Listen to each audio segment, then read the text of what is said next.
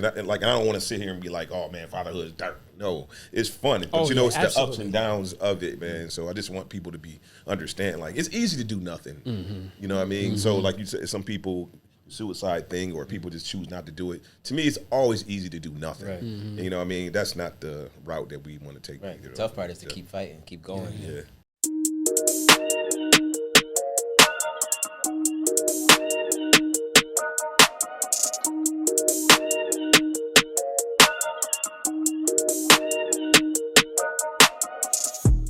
Welcome back to another episode of We Are the Ones podcast. This is the podcast where we have extraordinary conversations with extraordinary people doing extraordinary things. As y'all can see, we got a full house today. Yeah. We got the special episode of We Are the Ones podcast. Before we get into that, Avi, what's up? How you feeling? What's up, Jamil? I'm good. How you feel today? I'm good. I'm glad that, it actually cooled down a little bit. It's too cool for me right now. This is too cool for you? Yeah, Okay. it's a little bit too cool for me. Because them 80s, though, I can't do them high 80s. It got to like the 90s last week. It did. I think. It did. Yeah, I think it got to the 90s. It was, and my air conditioner in my house was broke. You did tell me Yeah, that. so it was baking. Like, we were melting in the house. We were absolutely, I felt like I was like in the middle of the oven. You know what I mean? Like, it was so damn hot in that house. But thankfully yesterday they came in and fixed it. So now it's too cold in the damn house. So it's either one or the other. You gotta pick. You gotta pick. I know, but yeah. But no, it was cool though. I'm just so excited about today's episode because you hit me up and you was like, Jamil, Father's Day is coming up. We need to do a Father's Day episode. Absolutely. So I was just like, Absolutely. Say less. I'm like, whatever you want. Absolutely, say less. You got it. So we felt like, what better way to have a conversation around fatherhood, and Avi is actually going to be the one facilitating the conversation today. But we really wanted to bring some dope dads on to the podcast to just have some conversation around fatherhood and whatever Avi wants to talk about, so. Because I get to ask questions. She gets so Avi, I'm actually in the hot seat today, so, Avi is going to be interviewing all of us today, but what I want to do is introduce our guests. First up, we have our returning champion. Jim is here. Yeah, he's no stranger to the podcast. He's been on before. It's actually one of our most viewed episodes. It was one of our most viewed episodes when yours got some numbers. Yeah, Dennis was on there talking that ish about event planning, how people can make money in event planning and things like that. So we got my brother Dennis Wilson back on. Thank you for coming, brother. Absolutely. Let's get it. Yeah. Can't wait to hear these questions. And he thinks I'm so nosy about it. Yeah, so I got another guy who's we go back a bit. We were in undergrad together. Oh my God. At UB, the University of Buffalo. Oh my God, that was so long ago, bro. Yeah. So, but I've seen this brother just grow, just spiritually, mentally. He's went through a whole transformation, like literally a name transformation and everything. I knew him as Jason, but this is Jasir. Right? Yeah. Jasir, which is an amazing name, by the way. I love that name. I appreciate that. Yeah, I love that name. Thank you. And he's very special to the pod. I know him and Avi we've talked about this on the pod before a little bit about their past relationship. But it's amazing that they have such a amazing this friendship now between the two of them, which is Absolutely. really, really incredible. So we want to thank you for coming on to the pod. As well. Man, first of all, I feel extremely honored. Yeah. You know what I'm saying? Like the way you even brought the intro in, like extraordinary people. I was like, extraordinary. And then you said dope dads. I was like, man, I feel so unworthy. This daughter 22. I'm new. Me and you both, bro. I'm dope already. Me and you both, my guy. Thank you. But man, yeah, thank you so much, man. No, thank you for coming on, man. We really appreciate it. And of course, I got my brother from another mother over here. The one that got keys to the city. Yeah. when you talk about someone who is like the epitome of what fatherhood should look like, especially in the Black community, I think he's the perfect example of that. Yeah, and you make it look so fun too. Yeah, he definitely makes it look fun. I mean, married, 3 beautiful kids, and he's just such a ball of energy, man. And him and his kids, and just like just to see them. I need y'all, and we're gonna put all of the handles and stuff. I need y'all to follow all of them, but especially follow Kyria because like his whole family, they're a riot, man. They are a are. riot. They're fun to watch. And, you know, I know for me being a new dad, just being able to kind of take tips from the OGs, right? And seeing how you guys are doing things. We knew over here. You know what I'm saying? So yeah, we knew over here. But to see how y'all are doing things has been nothing short of amazing. So I want to welcome my brother Kyria onto the pod as well. Well, I'm rarely ever speechless, but all that you just said is just like you said, man. Jasir, man. Well, he's basically speechless because he's mostly dancing most of the time rather than speaking. That's what it is. Speaking, I can talk. Okay, Dancing and modeling, you know. but no, thank all y'all, man, for coming on to the show. We really appreciate it. So we're gonna give it to Avi. Avi, what's up? So what you got for us today? All right. So we have our new dads over here and we have our OGs over here. And I wanted it that way because I know that being a new dad, it changed. Like your lives have changed forever. And then being OGs is certain things that I feel like they can grasp from. And then it's just good to have a conversation where all of y'all are, because Dennis his is done. You know, so he's never did. Never Ever. Probably gonna be a cash out request here. yeah. So I do have some questions, but I just want you all to know that whatever question I put out there, if you guys just want to have a conversation about it, please do. But this is just some starters to get things going, okay?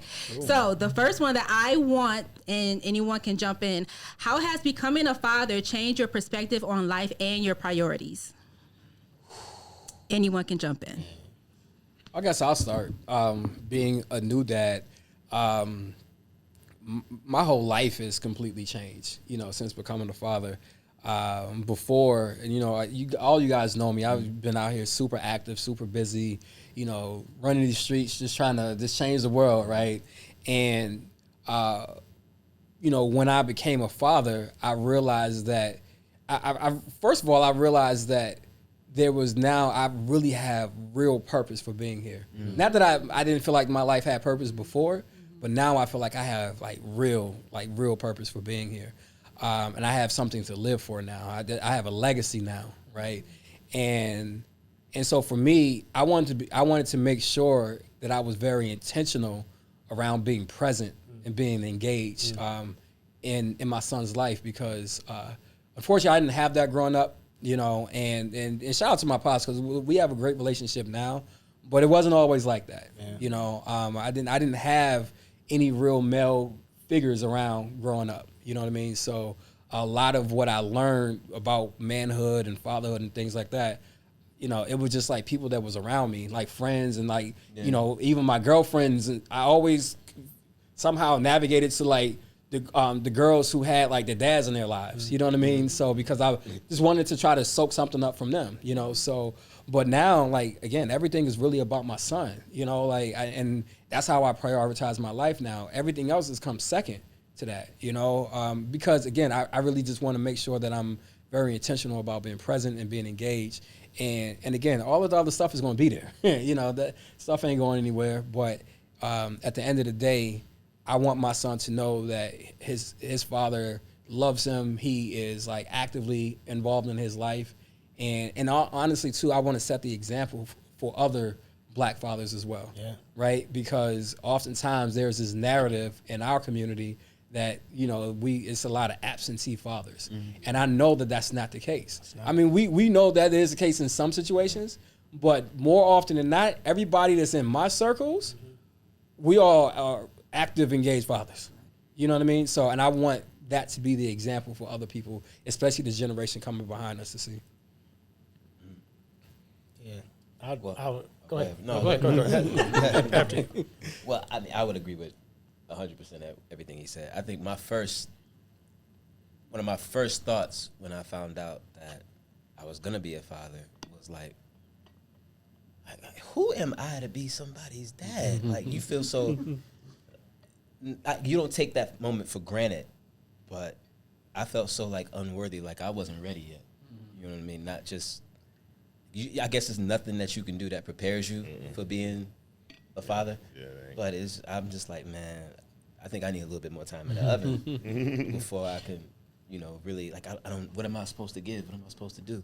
And then to find out that, I'm having a girl, like,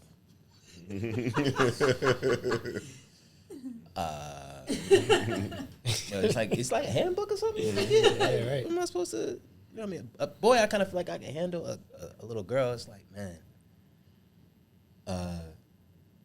So I gotta go get guns, and I need an alarm system. I got a dog already, and that's my job, right? But yeah, like realizing that now everything that used to drive me before, it's either intensified or it takes a backseat. Like my career, obviously, my excelling in it now has even more of a meaning, because the better I do there, the better off my legacy is for my daughter. But you have to be very, very careful about, like brother said, like being intentional about your time, and finding balance has been one of the most difficult things, because when you have the time, I believe T.D. Jakes said it, and he said it perfectly. He said when you have the time, you don't have the finances because you're not out working, right? But if you have all the finances, you out working, you're depriving the child of the time. So finding the balance has been the most difficult thing, and realizing also that I'm gonna have to talk to her about this, about what it was like for me, finding out that you were gonna be born, and then making all of these lifestyle changes in preparation for it, and then walking that whole process out once you got here. So that's been the biggest mindset shift. Like everything that I do now has a deeper meaning, and like he said, being honest with my daughter when she's able to understand, who exactly I am and what I stood for, and my imperfections. You know what I mean? Like, hey man, Dad never stopped trying and never stopped loving you. I did great in this area, did poorly in this area. That's something that's been very, very important to me from the beginning. Yeah. Period.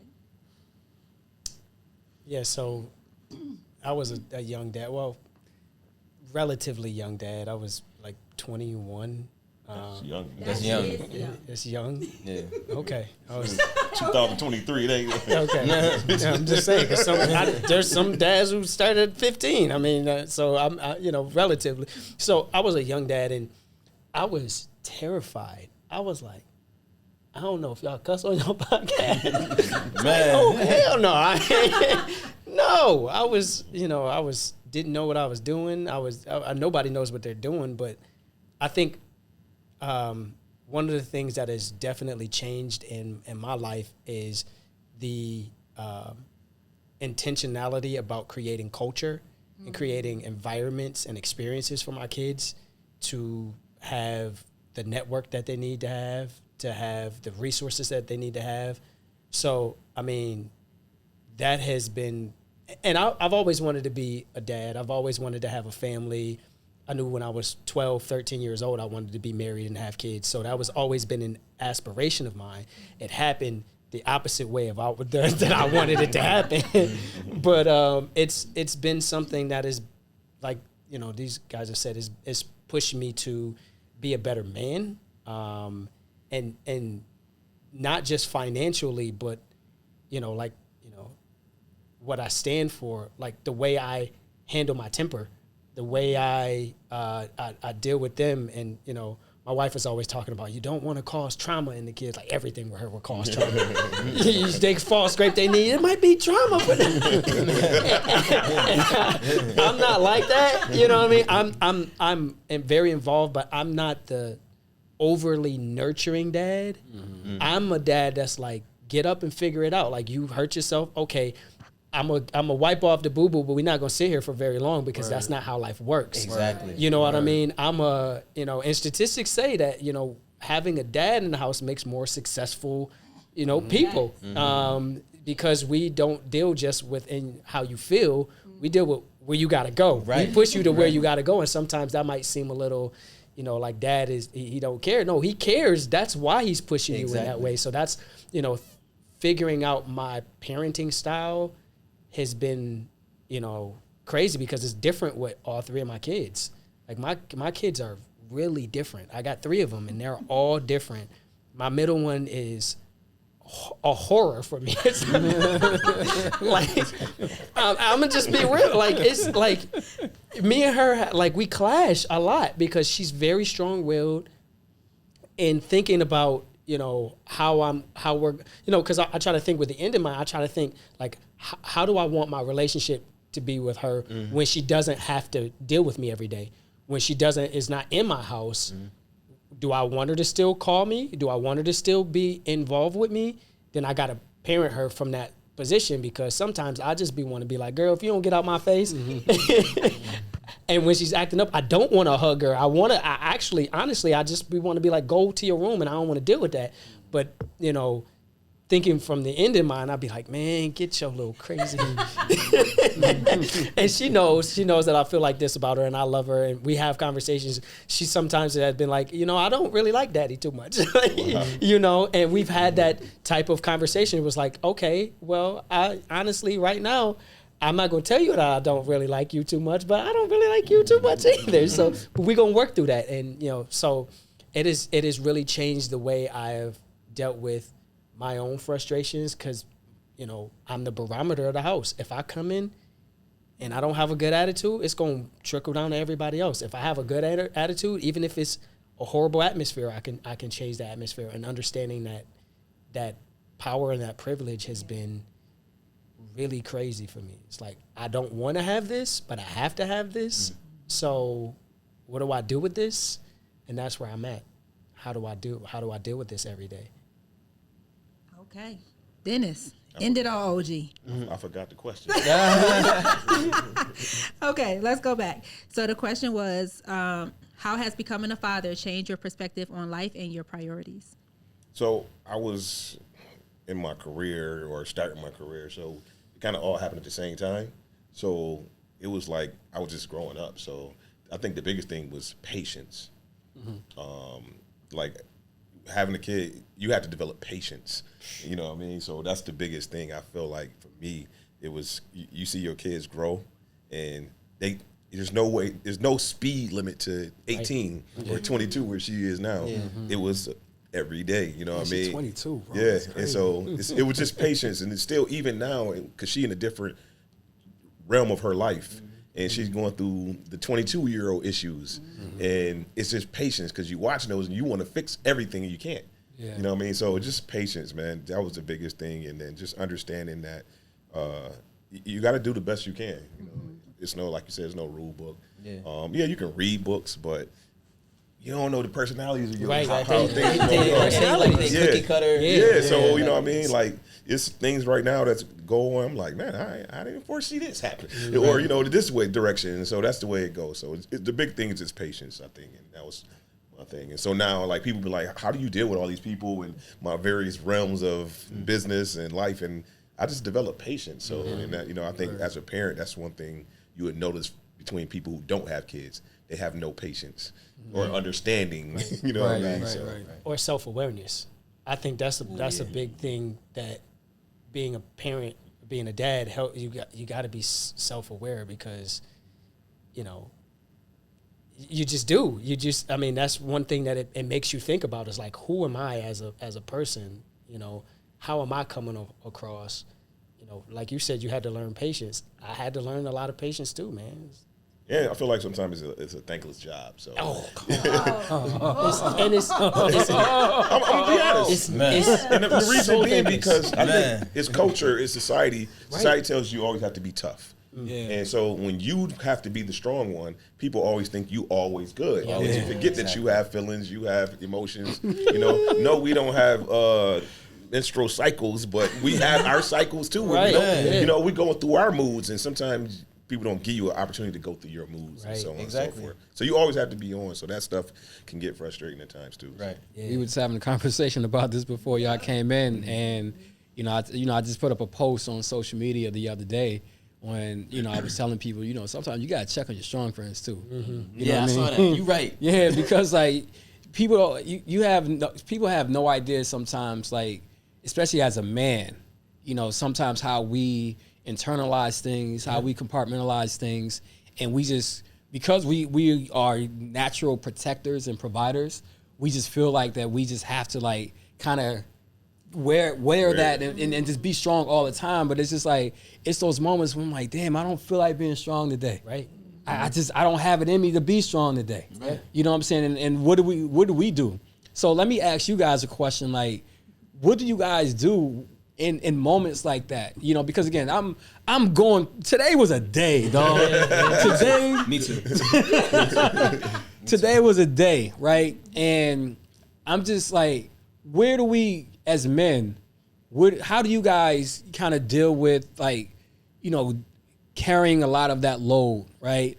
I know oftentimes people go, you know, they might go to therapy, they might find some other vice, hopefully it's a healthy vice, you know, for them to, you know, to be able to deal with things. But how do you guys deal with like having to carry so much sometimes, and sometimes when you feel like you just don't want to do it anymore, you know, what do you guys do for that? Yeah, for me, honestly, it's my dad.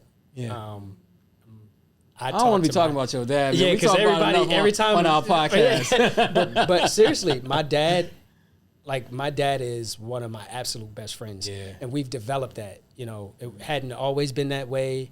But I can talk to my dad about literally everything. I do talk to my dad about literally everything.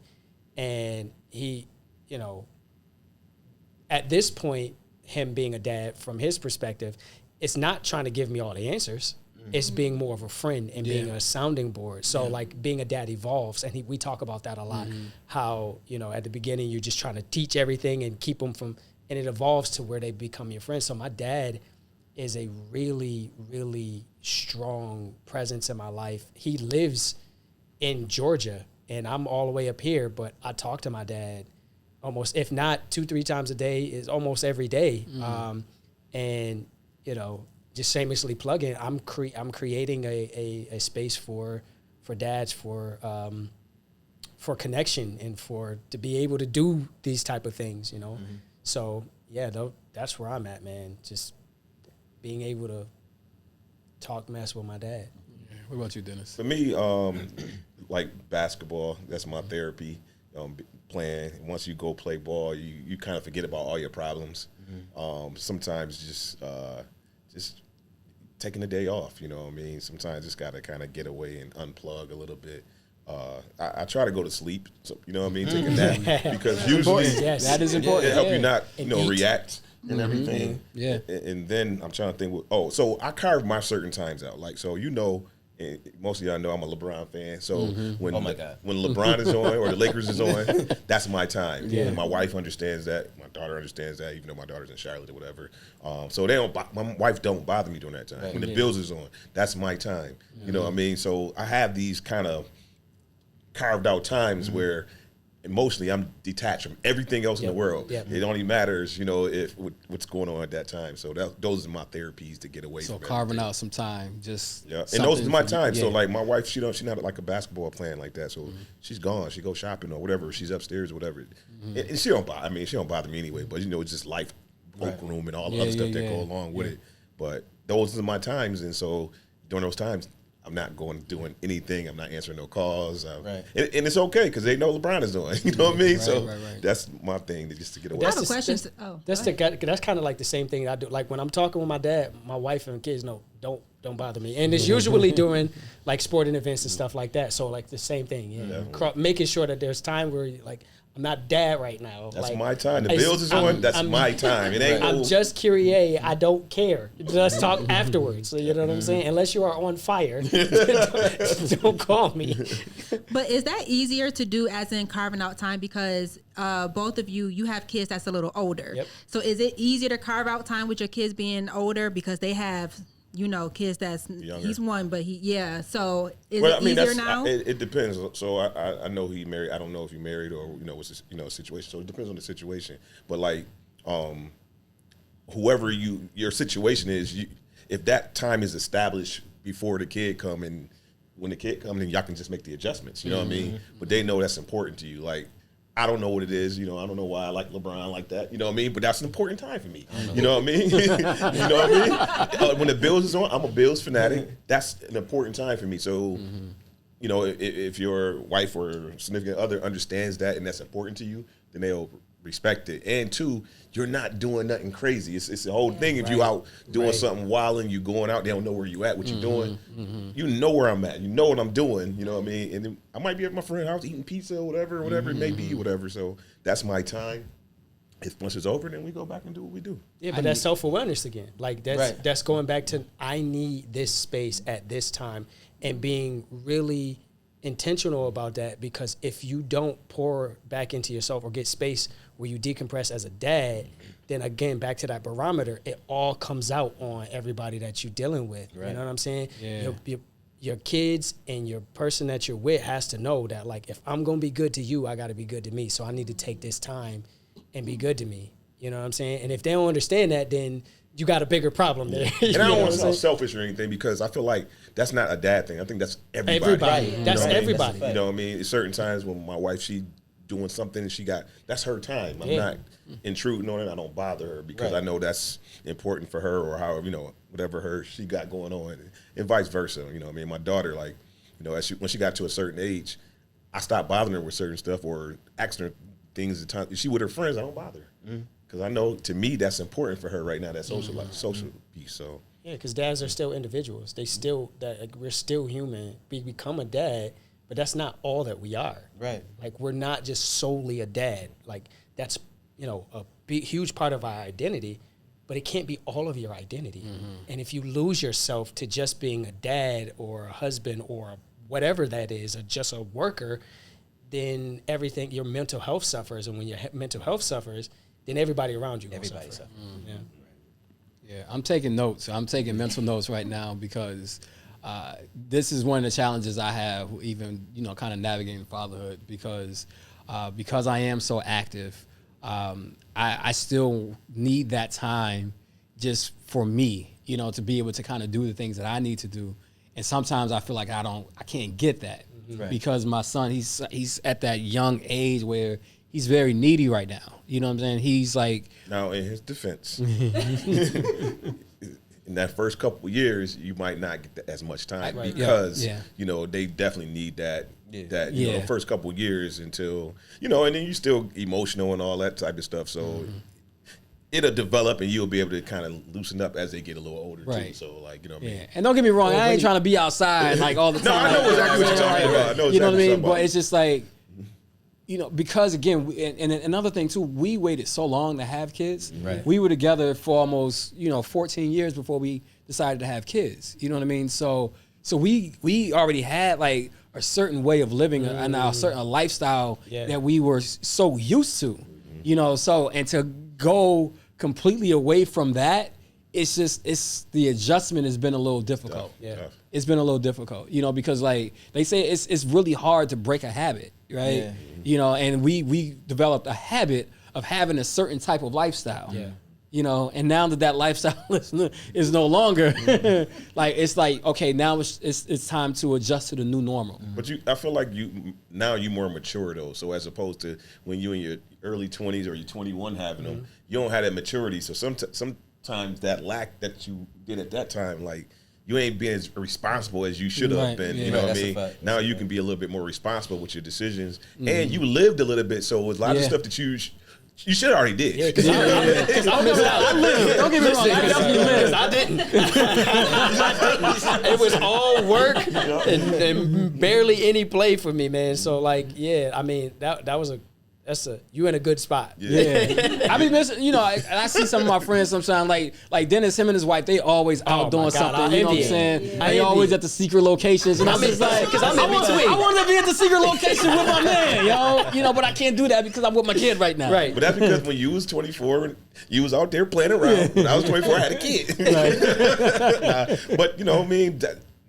It was perfect. That's why, like, our marriage was perfect, because we met at the right time, and her son, my stepson, Tim was 25, 26. So we knew we wouldn't have no more kids. So we was at a different point in life. So it works for us. You know what I mean? When I was trying to find a wife or whatever, I knew I didn't want to have any more kids for the most part. I would have if I was With the Forced right into it. Forced into it. But I really didn't want to have any more kids because I remember going through it, and then my daughter moved away when she was 4. So that's still an emotional scar that I've been dealing with all my life. You know what I mean? Yeah. So I kind of understood that I didn't want to be another dad, and then she's not here. You know, that was a whole nother dynamic that I didn't want to go to. So, So how did you deal with that? How did you bridge that? How did you keep that relationship going? Because some dads, it could have been just a wrap. You know what I mean? How did you? I mean, that's not my personality. Yeah, I know, but but it was difficult. Right? You know, like traveling. Like, so every time I got a break from school, whatever, I'll be down south, and then obviously me and her mom was still kind of trying to figure out our lives because we was young. You know what I mean? And then once it exhausted itself, the relationships or whatever, then we had to go to another chapter of life, and that became even more difficult because now I'm going down here and I gotta get hotels, I gotta spend, you know what I mean? It became a financial burden too, and then you're still trying to deal with the emotional burden, and then later on, my daughter, you know, she was mad because I wasn't there all them years, and so now that came back and it was crushing, but a lot of it wasn't my choices. Sometimes down there probably was a better situation for her, and she can't see that because she don't see that part of it. Yeah. Right. I can see it because I lived in Buffalo all my life, and I understand the opportunities here and as opposed to down there. So it was so many different dynamics, and I'm still understanding how to deal with it because she's down there and she still needs me. Yeah. But she's trying to be an entrepreneur, and for her to be an entrepreneur is better for her down there than it is here, and that's a hard thing for her to grasp because she want to be here with me or with us, you know what I mean? So trying to navigate that and watch her go to another level, it's like I said, it's no blueprint. It's stressful. It hurts. It's some great days. There's some bad days. You know what I mean? But that's I the shed thing. a lot of tears driving back when I was going back and forth, man. So know, so that's the thing about kids. They never understand where you are. Like until they get to that point, you don't really understand, and then you're way past that, and then you can finally have that conversation. But it takes a long time. I didn't understand my parents though, like until I really had a conversation. But I was ready to understand why they made certain decisions. That helped me heal because honestly I had a lot of anger because we grew up, we didn't have a lot of funds. Yeah. And, I'm like, well, why we didn't have any funds? Like, I mean, like I'm going to Canisius and all these other people can get into the library and I'm scared to swipe. They don't get it. Like, so it was just so many dynamics. Now my daughter ain't had to worry about that part because we financially was able to do a lot more, but then she still missed some of the bonding time. So it's time. Back to when you said that, it struck a chord because I'm like, yep. You know what I mean? So what you say is like there's never going to be a space where we can hit all of the chords. Like there's always going to be something where, at least from our kids' perspective, that something could be better because they don't understand the dynamics of everything that's going on in it. I mean, and as a father, you gotta be able to not take that personally. That's hard. I think the tough part is like listening to what you're saying and then what you just said. I think there's a desire in us to be perfect for our kids. Yep, it is. And dealing with the stress that comes from the fact that, or realizing the fact that, you're not going to be. That's the hard part that you got to cope with. Yeah. You know what I mean? It ain't even the stress of it's that, but it's the fact that you're not perfect in their eyes. Exactly. And that's the hard part. That's the hard. You know what I mean? Right. Like that's tough. Like, and it hurts. Yeah. You know what I mean? Like literally you go to bed like, damn. Yeah, because you go from being Superman to why you want, you know what I mean? Like they get an attitude. It's like, I used to be Superman. Like I make a funny face and all you do is laugh and we had a great time. You in that space where it's like you can make a funny face and kids love you and they start to grow and start to see things differently and then they get entitled and and feel like you're supposed to provide their need and why don't I have this because you don't understand how things work and it's just like you said, like it was said, fatherhood could be a thankless job, and that's why, and I know this is dark, but that's why a lot of men commit suicide because they don't know people don't understand the stress and pressure of it, and a lot of times they don't care. They just want you to perform. I'm so glad you said that. They just want you to make the money. They want you to be the provider. They want you to protect. They want you to not be emotional. Get yourself together and make my life better. Right. And that's hard. Right. That's really hard. I was literally thinking that this morning. It's like, yo, like, you feel like there are these times that I have anyway. You're just like, man, I could be going through X, Y, Z. Nobody cares. No. Don't nobody give a damn. I'm just sitting here suffering mentally and emotionally. Suffering in silence. And I just gotta, man, just pick it up. Don't make no mistakes. Right. Be perfect now. Right. Because if you off, I'm gonna point it out to you. Yep. You're like, well, I got no room at all. Right. I just gotta fit my ass in this box and make everybody else happy. Yeah. And that's impossible. It's a lot of pressure, man. A lot of pressure. It's a lot of pressure, and like you said, oftentimes people they crack under that pressure. Yeah. You know, the one thing I am encouraged about though is that I'm seeing more and more dads who are willing just to kind of just stick it out and just figure it out, right? Because again, like I said, I didn't have the fortune of having my father around, so you know, I'm taking lessons just from everybody that's around me, and I'm just hoping to God that I don't mess up. You know what I mean? I'm just, and, you know, you had said that you know, when you're not perfect in their eyes, like it's a crappy feeling. I can't say that I'm there yet because I think to my son, I think he thinks that I'm like everything to him. Yep. But I think about that sometimes though, because like I know that this feeling is not going to last forever. Right. They're gonna get in there. It's coming. They're gonna get in there. But the other side of that, like sometimes, and my daughter, like she older, she on social media, she doing. And I be watching her on social media sometimes, and I just smile. Proud, because you be like, damn, it's like I tell my daughter all the time, like my daughter is a genius. The gift and curse is she's good at everything she does, and that's the curse too, because now you're doing too many different things. Yeah. Who she kind of follow after me, who do too many different things. So it's like I'm trying to tell her not to do too many things, and she be like, "Well, you did it." Yeah. You know what I mean? So it's a gift and curse, and I don't want to sit here and be like, "Oh man, fatherhood is dark." No, it's fun, but it's absolutely. the ups and downs of it, man. So I just want people to understand, like it's easy to do nothing. You know what I mean? So like you said, some people. Suicide thing, or people just choose not to do it. To me, it's always easy to do nothing. Right. You know what I mean? That's not the route that we want to take. Right. The tough part is to keep fighting, keep going. Yeah. I would say it's the most rewarding thing in my life. Right. Like, I took my kids to Clifton Hill yesterday, and just to see my kids laugh and play and laugh at other people and be because my kids are jokesters and pranksters and yes they are. Yes they are because they get it from me. You know what I mean? I have a built-in fun factor. Like if I can go home and we can just have fun, they're gonna get on my nerves, but at some point it's gonna be some fun there. So like the trade-off and the balance is something that happens if you are intentional.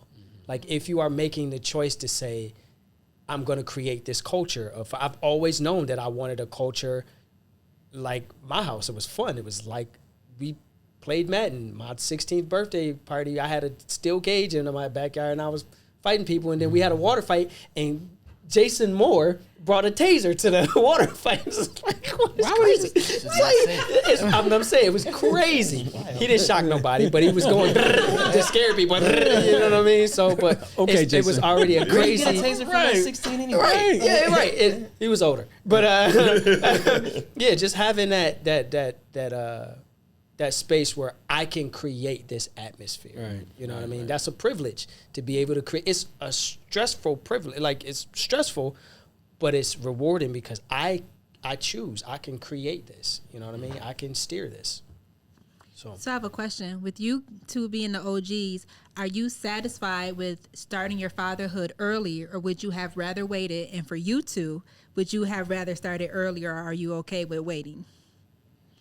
I'm glad it's over. Like fire starts the fire. Because my daughter is so close, and she can't see it, but I can see it. She's so close to being able to be in her career, and I told her, like, honestly, that's my last. Anything that I need to accomplish in my life, I feel like I accomplished. The last thing I need to accomplish is for her to be in her career and, you know, self-sufficient. And so I can taste it. I'm so close to that. And then to me, then becomes the fun part of life where I can help her do whatever she want to do. And it's not an obligation, you know what I mean? Just oh, you know, it's fun to see. You want to see your daughter get married. Yeah. You want to see your daughter get have their child and, you know, and enjoy life. Secret locations. You want to see, you know what I'm saying? 'Cause I'm pretty sure they'd take, you know, pick those things up. So to me, I'm so close to tasting that right now. So that's why I'm like, man, I'm glad I got it done when it was all that, man. So You know, the crazy thing, when I was in college, naively, I used to always say I wanted to have a kid back then because I wanted to be able, when I'm 40, I wanted to be able to go to the club with my kid. That's what I used to say back in the day. Okay. You know what I'm saying? Okay. yo, the crazy part is I did that. It's fun. It's fun. Right. Yeah, and I'm just, I mean, I was I'll go with young. my mom and I dad. lived in the clubs at the time, you know, and just being young and naive, right? But I think the contrast to that is, I don't think if I had a kid, I don't think I would have been, the foundation would have been as strong had I had a kid back then versus where I am right now. Because during that time when I wanted to party and be in the clubs, and you know, I was broke, I was misguided, I didn't know which direction in life I was going, you know. So I was just kind of confused at life, you know. I was like, I don't know what the next steps are in front of me, right? So bringing a kid into that situation, oh my God, I don't think I would have been a deadbeat, but I think I would have been a struggling ass dad. You know what I'm saying? I think it would have been. Hello. That's what we were. That's what we were, man. It's a struggle. But I think the only thing that I sometimes think about is the fact that, you know, like you just talked about how you're almost there, like where you can celebrate, you know, your daughter almost making it. I know 60 is not old, you know, because like when my son is 21, I had him at 41, so I'll be 62, right? And I'm like, is he going to be able to relate to me in that way? Yeah. You know what I mean? Because it's such a big age difference, right? So I want to make sure that I'm doing enough now to just kind of get that foundation strong, get our relationship strong. So, you know, when he does become of age, you know, it's not a thing where he feels like, Dad, you don't understand my life. You know, it's gonna be like that anyway. Yeah. It's you ain't gotta worry about that. You could be 3 years I think so apart from because like that's how I was with my parents. You don't understand. You don't know, like not realizing until I get older that ain't nothing really new under the sun. Yeah. Nah, y'all definitely ain't gonna be in the club together. No. That ain't happening. 62. I don't know. I might slide up in there. I ain't in the club now. What y'all been here doing? What's that song? Like that. You got some of that old Boys the Men. They're like, Boys the what? It's 50 years ago. You know what I mean? What about you, Jasir? I don't know. I kind of feel 50-50 about it. Like, part of me is kind of like, man, maybe I should have, like, earlier. Because, like, all my homeboys that had kids way back then, like, they got all the time now. They be like, man, we heading out to such and such, man. You rolling? I want to be like, yeah. Nah, man. It's a Tuesday. It's 3 o'clock, man. I can't go. I got my daughter. You know what I mean? But then there's another part of me that like, I feel like mentally I'm in a different space, obviously, than I was back then. So I think it's better for her that she came now. But I mean, I don't think I would have been like him. I would have been a struggling ass dad at 25 years old with a little girl too. Oh no, it wouldn't have been good for me. Yeah, even the place that I lived at before I bought my house, like I lived in the same apartment for 10 years, right? And it was a nice neighborhood, nice apartment, but it was really small. And that was another reason I waited for so long, because I'm just like, I can't, you know, me and my wife, we already, you know, busting out the seams over here, you know? Bringing a kid in there, like I need a good foundation right now. So, you know, when we got the house, I was like, all right, now, like, let's try to do this. So when people say you can't plan for kids, I don't understand that sometimes. You absolutely can. Yeah, I just don't understand that. We just don't. We choose not to. We absolutely plan for this kid. We planned for this kid. This kid wasn't You by did it the accident. way you were supposed to do it. Yeah. We didn't. We didn't. We didn't. So, we you know, go through what we go I want people to understand that they, you know, you can absolutely, you know, put the right plans and put the right foundations in place for you to be able to, you know, have a good foundation with your family and with your kid, you know? Because again, I'm telling you, had I brought a kid into this world 5-10 years ago, Man, or even when I was 21, you know, Oh my 20. God, that kid be in therapy right now. Yeah, I'm telling you, and especially because I didn't have the guidance myself Right. at the time, and I'm still out here seeking after it. Man, I would have been lost. The kid would have been lost. Yeah. You know. Kyria, you are the only one up here that has multiple. Yeah. Yeah. You're gonna be the only one too. Team one and done, baby. Yeah. So I just want you to speak a little bit about that to our audience, having multiple children, because they say that the middle one usually give you the hardest time. Oh yeah. Okay. So, that's it for you. But I'm a middle child. Middle childs never think they're the problem. That's part of the reason why they're the problem. Listen, I'm telling you.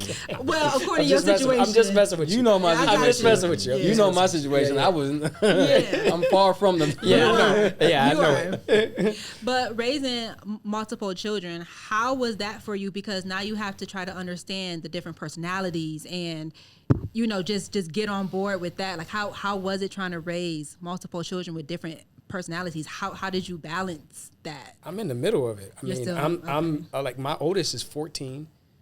My middle child is 8, and then my youngest is 6. So I'm in the middle of, you know, dealing with personality types and, you know, my own career, and then my wife's emotions, and then their emotions, and then their entitlements, and then their age gaps, and then their attitudes, and then them fighting, and then I'm in the middle of it, and it is a crazy thing. He's laughing at me because he knows it's all nuts. women, and you know what I mean? It's nuts. And I can imagine because women are more emotional. It's than all- us.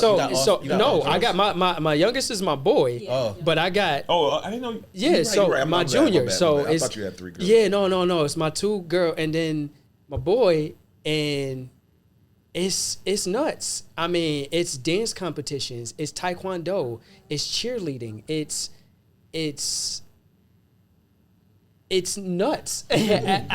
Sometimes I don't know how I do it. I just do it. Like you sometimes you just got to do it, you know, and that's where I am. I always try to think about, you know, while I'm doing it, I try to do it the best that I can. But I think to be in this space, I'm not a perfectionist.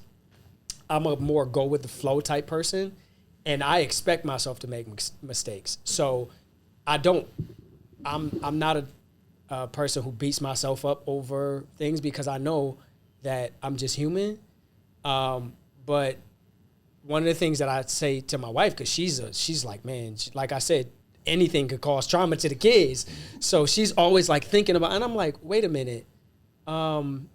You got to realize, you got to give yourself space and margin to mess up, because you're human. Not that you're going to intentionally mess up, but it's like you're going to spill milk. Like if you pour enough glasses or bowls of milk, you're going to get some on the table. Mm-hmm. You know what I'm saying? So just realizing that you're going to mess up, you're going to be human, and try to enjoy the ride, man. That's where I'm at right now, is I try to create, again, I keep saying this, I try to create as many environments and experiences for us to connect. And I'm trying to think about culture. Like, what is the culture? What is our traditions? What are our belief systems? What are, where are we headed? Like, those are the things that I'm trying to make sure that I'm steering, because it's a bunch of rapids. You know, things come up all the time. There's a bunch of fires to put out, but how am I navigating? Where's the point that I want to end up? So that's where I'm at right now, man. It's just crazy. All right. Well, I got one more question before we wrap up. So, if someone was to ask your children, describe your dad, what would you want your child to say about you? He always told me the truth. No matter what, he was always honest. I never want to. I mean, honest about everything. You know what I'm saying? Mm-hmm. So I never want there to be. I'm talking about from like, is Santa Claus real? To what? Nope. To like, what's the worst mistake you ever made? Like, I want to be honest, be able to be honest about all of that, and regardless of, I mean, obviously age appropriate You know what I'm saying? Like, age appropriate. Okay. Like, don't give him more. You don't want to give him more than they can handle. That's a new dad thing. You don't want to give him more than they can handle. Right. But You like, did what? But yo, like, but be able to like, so they can at least at the end of the day say, hey man, like, my dad never lied to me. Always told me what it was. You know what I'm saying? Prepare you for the world. Yeah. You know, to be able to live and operate in it when I'm gone. It's deep, man. I think I mentioned this earlier, but I just want my son to know and to be proud of the fact that I was present. You know, because again, this was something that I didn't have, and I was very intentional about making sure that my son's life did not remotely reminisce. Didn't remotely resemble. Thank you. Reminisce. What am I talking about? Resemble the life that I had to go through coming up.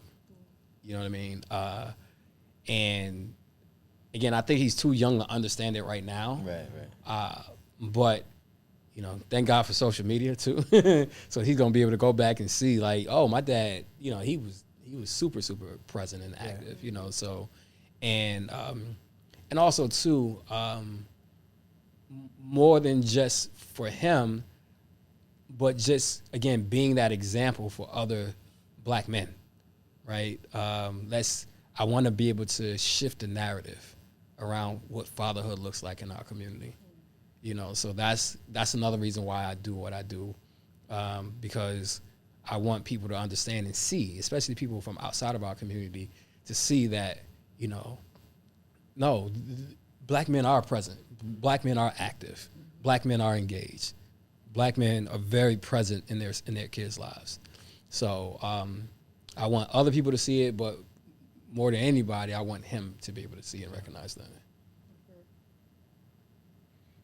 For me, I just want, I guess, I probably had these conversations with her a little bit, so, you know, it's just like, I just want her to be like, I'm proud of my dad. Like, you know, I want her to be in that contest and be like, oh, my dad did this, my dad did that. You know what I mean? Yeah. To me, that's I guess that's what every dad wants, where Right. your kids is proud of you and what you accomplished and what you did. And so, and just to know that, like, you know, that feeling that he was always there for me. Whatever, you know, like I think a lot of times, and this back goes to the thankless thing, sometimes where people don't realize it when you're always there. Mm-hmm. You know what I mean? But they realize when you're not there. And so I just want her to, you know, anybody, like my daughter, obviously, and my family members know that I am there when you need me. Like, you know, and I'm talking about the need, not the, you know, I cut my leg, I need a Band-Aid, like, you know, maybe past that part. But when you really need somebody or you need me, I'm there. And always there, and it was never a time where you can say I wasn't, or, you know what I mean? I want that feeling. I wanted to be comfortable with that. Right. So. That's a really tough question. I mean, I have so many different things going on in my head. I think more than anything, at the end of the day, I want them to say that I have a real relationship with my dad, like not just a pseudo one that he came and he worked and provided, but that he invested in me, and I want my kids to want to be around me when they don't have to be. Yeah. When they grow up and get out of the house, I've seen so many people who can't stand their parents after they realize who their parents are. Because at a certain point, you realize who your parents are. You know, there's rose-colored glasses at a certain point, or, you know, you see them a certain way, but when you become an adult and when you're living a certain way, you can see, well, they really made dumb choices here, or they really didn't really support me here, or if, you know what I mean? So I want them to be able to say that they want to have a relationship with me when they don't have to have a relationship with me, when they can make the choice, because right now they don't have a choice because they need me. But when they don't need me, are you going to want to be with me? So I think that's the biggest thing that I would want. That's for deep, my bro. kids to want to be around. Damn, me. that's deep. Yeah.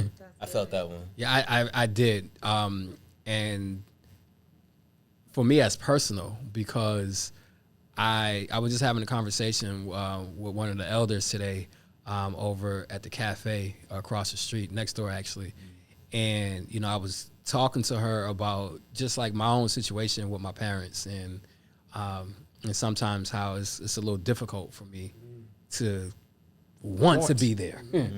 You know what I mean? So, and I don't want that to play out for my son when he gets older. So, you know, I got some soul searching to do. I got some relationships to mend and to heal, you know, but nah, I appreciate that. I appreciate y'all. We appreciate y'all for doing this and being on this podcast today. Again, we want to make sure that we have more conversations like this more often because it's important to start to shift narratives in our community, you know. So before we wrap up, if people wanted to connect with y'all, social media, y'all got something going on in the community, you got big events coming up, man. So like plug what y'all got going on. So we start over here. I actually deleted my social media for a minute, so you won't be able to get in wish contact with me for a while. But I mean, you'll see me around the city, Buffalo Fire. I'll be around. You know what I'm saying? If ever you need, hopefully you don't need. Hopefully we don't need you, bro. Hopefully we don't. But we appreciate you and thank you for your service, brother. I'll be in the Juneteenth parade. Okay. So yeah, see you there. Before we wrap up, can we? We got to do this. Where, and I know y'all new dads or whatever, but like, can we just like you got 3 kids, but for each of your kids, can you describe a moment that was just like pure joy? Oh man, because I feel like at the end of the day, you want to big up your kids. I got a bunch of them. Pick one. I know. That's what I'm saying. It's gonna be hard. It's gonna be hard. I'll start that. It just happened just recently. Like my son is, he loves me to death, man, and I know he does. And my wife was recording it as you know, I work late sometimes. I'm usually here late or just working late oftentimes. And when I go home, you hear the keys rattling. I'm walking through the door, and she caught his reaction on camera. You know, and I might even include this clip in in the podcast for people to see it. But just to see his reaction when I came into the house, like he just threw everything what he was doing and just ran over to him like and just jumped on. You know what I mean? And I was just like, oh my God, man! Like to feel that's a love like I've never felt before in my life. You know what I mean? To have, because, and you know it's real and it's pure. Yeah. You know what I mean? Like this is that, he has nothing to influence him, nothing to bias him. That's just pure unadulterated love that I'm feeling. You know what I mean? And I love it. Every time I go home, I'm just like, I look forward to going home because I know as soon as those keys go in the door, he's going, and he's running to the door. So that's a moment for me though, for sure. I actually had a similar moment. Can I have 2? Mm-hmm. So I had a similar moment. My mom was watching her once, and I'm so used to like whenever her mom gets off work and she comes in, I'm so used to her like just having that reaction when she sees her, and you feel like even my daughter's she'll be 8 months, so she's very young, but I'd be lying if I didn't say part of me, like, I'm jealous. Like, you feel so underappreciated. Mm-hmm. It's like, I done had you all this time. And then it's like, it's like, forget me. You know what I'm saying? And I came in the house and she saw me and she had that reaction when she saw me. And I was like, Dad, she loved me, man. You know what I mean? Like, I matter. So, like, that right there was like, wow. Like, that hit me. And then the other moment was, it was like it was nighttime and she fell asleep right here, and I just didn't want to move. Mm-hmm. You know what I'm saying? Because I felt like in that moment she knew that she was safe, and she was secure, and she was protected, and she was loved, and it was me that was holding. Because I feel like right now, like especially in this stage, she's still breastfeeding and stuff like that. Like she's so dependent on her mom, and you kind of feel like there are a lot of times where you could be like an afterthought. You know what I'm saying? Like, oh, that's Dad. He can't feed me. You know what I'm saying? Like, I'm over here, So, like, when I have those moments where you can tell she's happy or she's at peace when it's just me, like, that makes me feel like, like I'm valued, I'm important, You know what I'm saying? At least in her eyes, like she knows that, you know, my dad loves me. That's dope. Kyria, I'm the host right now.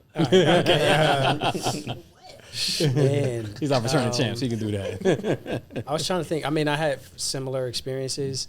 I think the question is when I felt most joy. Yeah. I think I feel the most joy with my kids when they don't need me.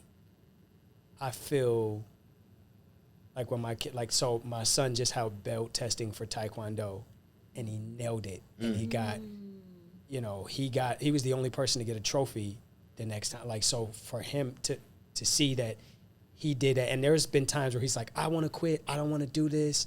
And I'm doing moves with him and training with him and showing him moves.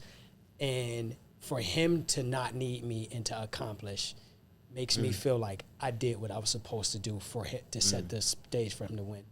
Same thing with my daughters, like when my daughter plays her cello or where she's just her happiest. Like for them to not need me in that moment makes me feel like I'm doing what I'm supposed to do, because I want my kids to be independent, self-reliant, still have networks, but like they don't have to be kids that can't do anything. I want my kids to feel like they can do anything, and when they accomplish things, that's the biggest joy for me.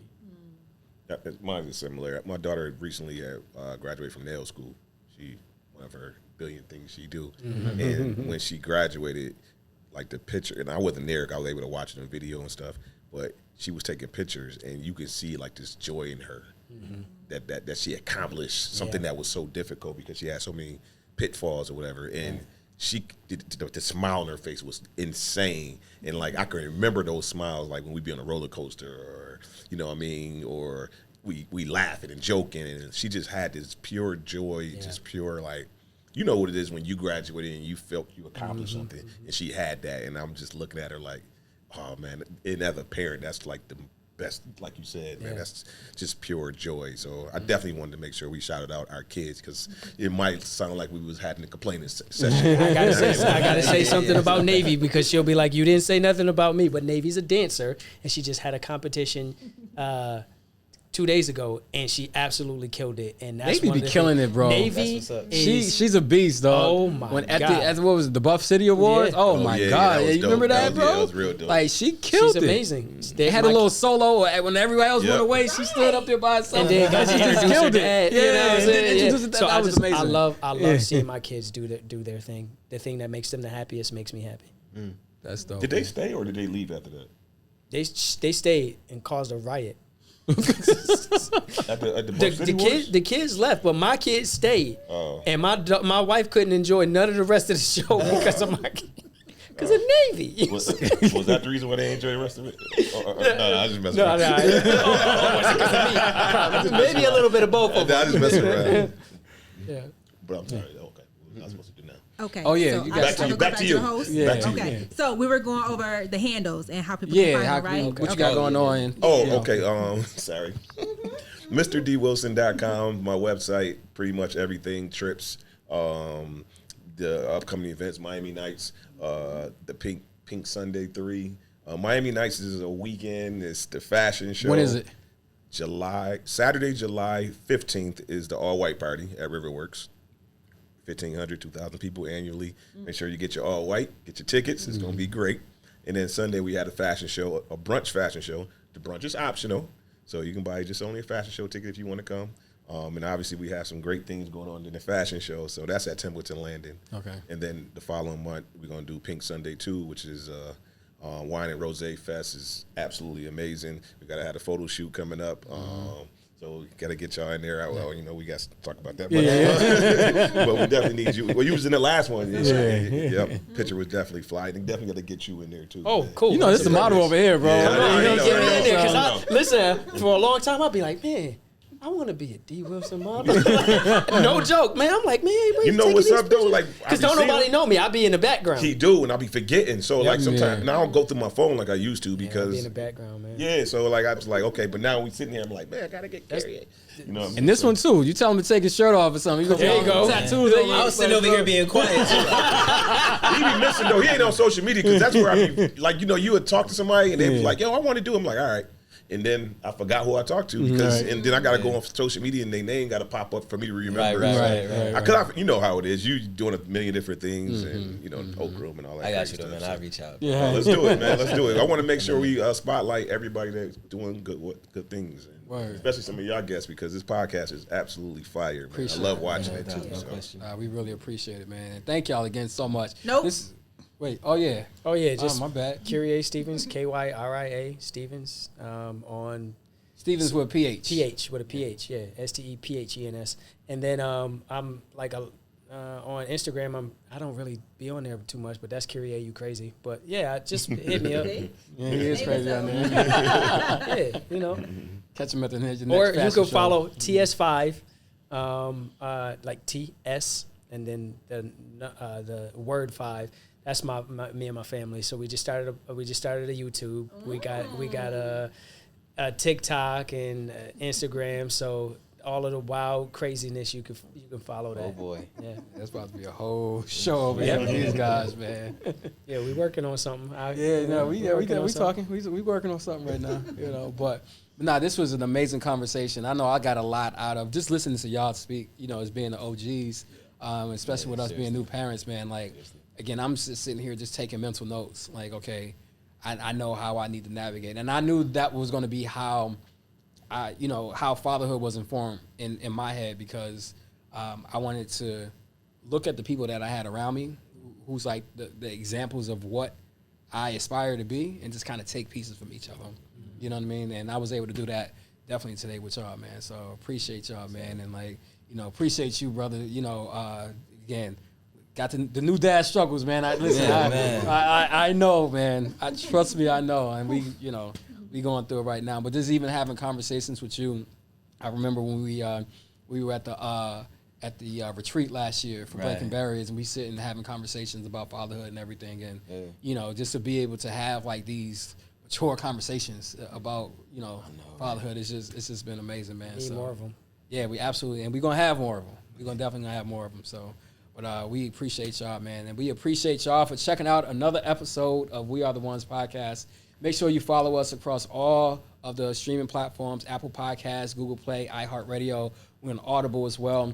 Make sure you like, comment, and subscribe on YouTube. And follow us across all of our social media channels at We Are The Ones podcast. And remember, keep winning on purpose because you are the one we have been waiting for.